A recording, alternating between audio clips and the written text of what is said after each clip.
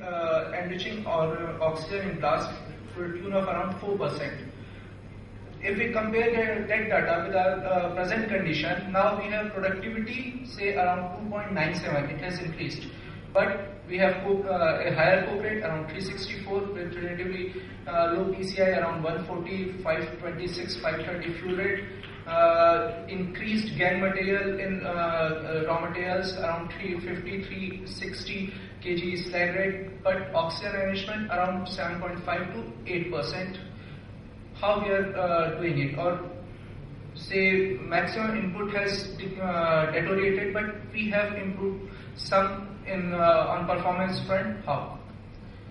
First, to talk about the constraints. What constraints we are facing? As you can see in this trend, in 2010, 11, 12, the total silica input in blast furnace burden, it used to be around 4.2%, which has increased up to 4.6%. There is a 10% increase in the silica input to raw materials. In case of alumina, the increase is around 15%. It used to be around 2.5, 2.6%. It has gone as high as 3% in raw material.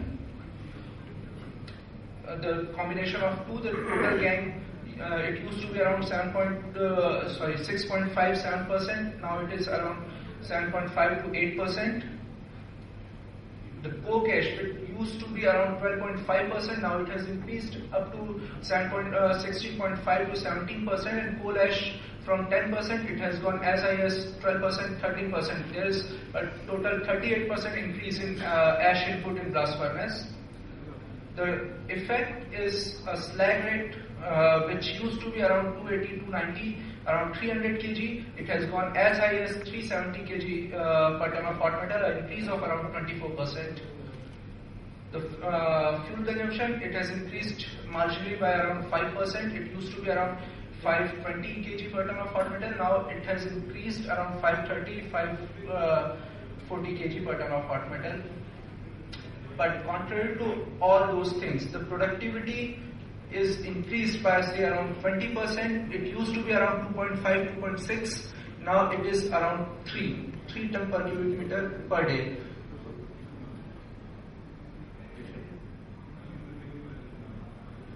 Okay, so productivity has increased.